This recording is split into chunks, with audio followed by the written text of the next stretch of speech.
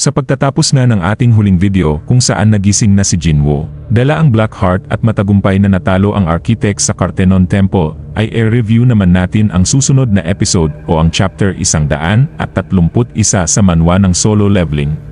Ito nga pala si JB Habi, sit back and relax and enjoy the video.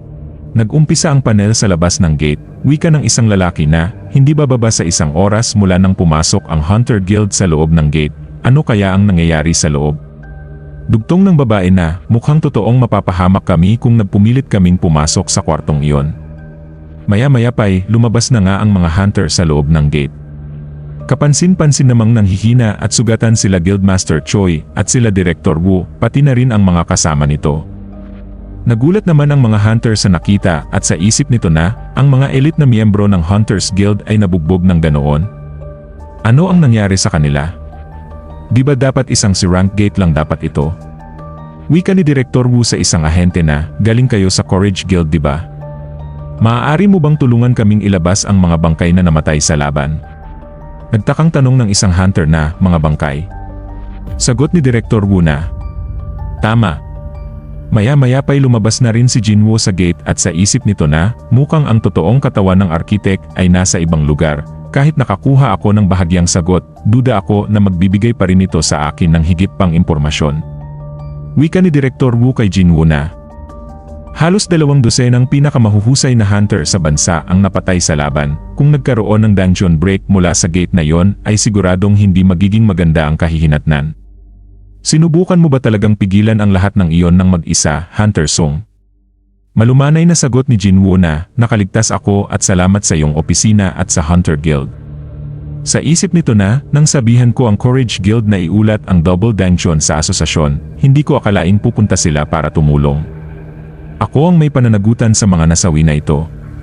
Wika naman ni Director Wu na, ang mga panloob na gawain ay tiyak na malalaman kapag ang isang rank hunter na tulad mo ay nasangkot. Ako ang humingi ng backup sa Hunters Guild. Dugtong nito na, at bilang resulta, kinakailangan nilang magbayad ng napakalaking halaga. Dugtong na tanong ni Director Wu kay Jinwoo na, paano mo nalaman na magkakaroon ng double dungeon dito? Sagot ni Jinwoo, ang dungeon ang tumawag sa akin. Wika ni Director Wu na, tinawag ka. Dugtong ni Jinwoo, nakakuha ako ng mensahe na pumunta dito. Wika ni Director Wu na, patingin niya ng mensaheng iyan. Sagot ni Jinwoo na, ang mensahe ay nakikita ko lang sa isip ko. Nagtaka naman si Director Wu at sa isip nito na, hindi siya pwedeng magbiro sa sitwasyon na ito. Mukhang lampas na talaga siya sa pagkakaintindi ko. Nilapitan naman ni Hunter Cha si Jinwoo at tinanong kung okay lang siya. Sagot naman ni Jinwoo na, syempre naman. Nanghina naman ito at wikang, medyo pagod lang ako at nawalan na nga ng malay si Jinwoo. Nalipat naman ang eksena sa lugar ng Japan kung saan daang-daang mga truck ang ibinababa na ang mga mana stone na ni-request ni Yuri Orlov. Wika nito na, 20,000 tonelada ng mana stone, ito ay ang magbibigay ng maraming mana para sa aking barrier. Wika pa nito na, gagawa ako ng barrier sa paligid ng gate, at ang barrier ang hihigop ng anumang dagdag na mana na kailangan ko mula sa mga mana stone sa paligid. Kapag na-set up na ang barrier, dapat ay otomatiko nitong i-extract ang anumang mana na kailangan nito para manatili sa lugar mula sa mga mana stone. Dugtong pa nito na, pero may kakaiba. Tanong ng ahente na, anong kakaiba, sir? Sagot ni Orlov na, wala. Ang barrier ay magiging maayos. Wika pa ni Orlov na, pero parang may kung sinong sumisilip sa atin ngayon. Wika ng ahente, ano yon? Sigaw ni Orlov na, sinong nandyan, saan ka nagtatago?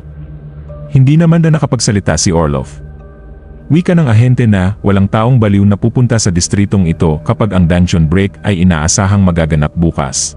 Wika ni Orlov, hindi ko naman sinabing isa siyang tao. Takang wika ng ahente, ano yun, sir? Makikita naman sa tuktok ng isang building ang isang anino at wika nito, medyo matalas ang pakiramdam niya sa kanyang paligid, hindi na rin nakakagulat dahil sa lakas ng kanyang kapangyarihan. Ito pala ay si Sung Il-hwan na ama ni Jinwoo, at wika pa nito, pero ang importante ay mukhang malapit na mag-umpisa. Dugtong nito habang nakatingin sa gate na ang lahat ay naayon sa plano, patungo sa nakatakdang trahedya. Makikita naman dito ang mga militar ng Japan na nakahanda na rin sa papalapit na dungeon break. Sa kabilang banda naman, wika ni Kanay, lahat ng nakasanayang mga armas na ito ay hindi makakagawa ng pinsala laban sa mga halimaw. Ano pa ang silbi ng pagpapakilos ng militar? Wika naman ni Reiji, kung sakaling mabigo si Yuri Orlov, sila ang papatay ng oras para sa atin laban sa dungeon break. Wika naman ni Kanay, so sila pala ang magiging human shield natin. Sagot naman ni Reiji, pareho lang tayo sa kanila kasi malapit din tayo sa kamatayan. Dugtong nito, matutuklasan nating lahat kung gaano talaga na walang kalaban-laban ang sangkatauhan sa totoong sakuna. Sa kabilang banda naman ay naiayos na ang mga mana stone sa paligid at wika ni Yuri Orlov, mahusay, baka ako na lang mag-isa ang bahala sa gate na ito. Nagbukas naman ito ng alak at wikang, gusto ko sana ang titulong ang unang tao na nag-clear ng isang S-rank gate ng mag-isa.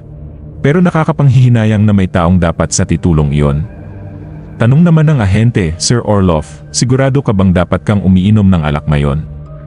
Wika ni Orlov, huwag kang mag-alala, isa lang itong maagang selebrasyon para sa aking tagumpay, mag-relax ka lang dyan at maghanda ka sa magandang palabas. Dugtong nito habang umiinom ng alak na ilang mga S-rank hunter ang naka-standby. Sagot ng ahente, 15 sir. Wika pa ni Orlov, medyo mainam na rin yon para sa palabas na aking ipapakita. Tanong nito, ano ang ginagawa ng Amerika ngayon? Hindi ba sila nagpadala ng kahit anong S-rank nila para tulungan ang Japan? Sagot ng ahente, may S-rank gate din sa Maryland ngayon. Bilang karagdagan sa Japan at Amerika, mas maraming S-rank gate ang lumalabas sa UK at India. Wika ni Orlov, so, mukhang mayroong pandaigdigang kakulangan sa mga hunters ngayon. Sigaw na gulat ng ahente, tignan nyo ang gate. Nagkaroon ng dungeon break. Nalipat naman ang eksena kay Jinwoo na nagising na at nasa ospital ito. Bumangon naman ito at wikang, nasa ospital ako. Pumasok naman sa pinto si Jinwoo at wikang, Sir. Wika ni Jinwoo, anong nangyari? Iyak na wika ni Jinwoo, ba't ang tagal mong nagising sir? Akala ko mamamatay ka na at 3 araw ka nang natutulog. Nagulat naman si Jinwoo at wikang, tulog ako ng 3 araw. Wika ni Jinwoo, tama sir, labis akong nag-aalala sa'yo. Sa isip ni Jinwoo, 3 araw. Ganoon ba ako kapagod? Mukhang matagal ko na yatang pinapagod ang sarili ko. Dugtong nito, pero ang pinakamasama sa lahat, ang pangitain na ipinakita sa akin ng architect ay patuloy na nagre-replay sa aking isipan. May naalala naman ito at wikang, teka lang, 3 araw na akong natutulog. Tinanong naman ni Jinwoo si Jinho na, ano na ang nangyari doon? Wika ni Jinho, ano yun sir? Wika ni Jinwoo, yung S-rank gate sa Japan, ano na ang balita? Nabigla naman si Jinho at naging malungkot ang muka nito. Nalipat naman ang eksena sa Japan. Isang malaking hakbang ang lumabas mula sa gate. Makikitang nagsipaglabasan ang mga higanteng halimaw dito. Takot na sigaw ng isang lalaki, lumalabas lang ang mga ito bilang boss sa isang A-rank gates, pero ngayon sila ang unang lumabas. Tinapon naman ni Orlov ang kanyang alak at wikang, huwag kayong mabahala. Inactivate naman ni Orlov ang kanyang ability at wikang, halikayo dito. Na-activate na rin ang mga mana stone sa paligid ng gate at binalutan na nga ni Orlov ang gate ng kanyang barrier. Sinubukan namang atakihin ng isang higante ang barrier pero wala itong epekto. Natawa naman si Orlov at wikang, iinom pa sana ako ng isa pang alak kung sinabi lang na mga ilang higanteng halimaw lang pala ang makakaharap ko sa isang A-rank gate. Wika pa nito sa higante na, hindi mo mababasag ang aking barrier. May malaking kamay naman ang humawak sa halimaw at itinabi ito at itinapon sa gilid. Nagulat naman sa nasaksihan si Orlov at wikang, ano ito? Nilabas naman ng higante ang kanyang sandata at sa pag-atake nito ay kitang-kita ang pagkakahati ng barrier ni Orlov pati na rin ang mga building sa paligid. At dyan natatapos ang chapter 131 sa manwa ng solo leveling at see you sa mga susunod na mga episode. Kaya kung nagustuhan mo ang video na ito ay mag-like, comment at mag-follow ka na rin sa aking channel for more videos like this. Muli, ito nga pala si JB Habi, maraming salamat at peace out.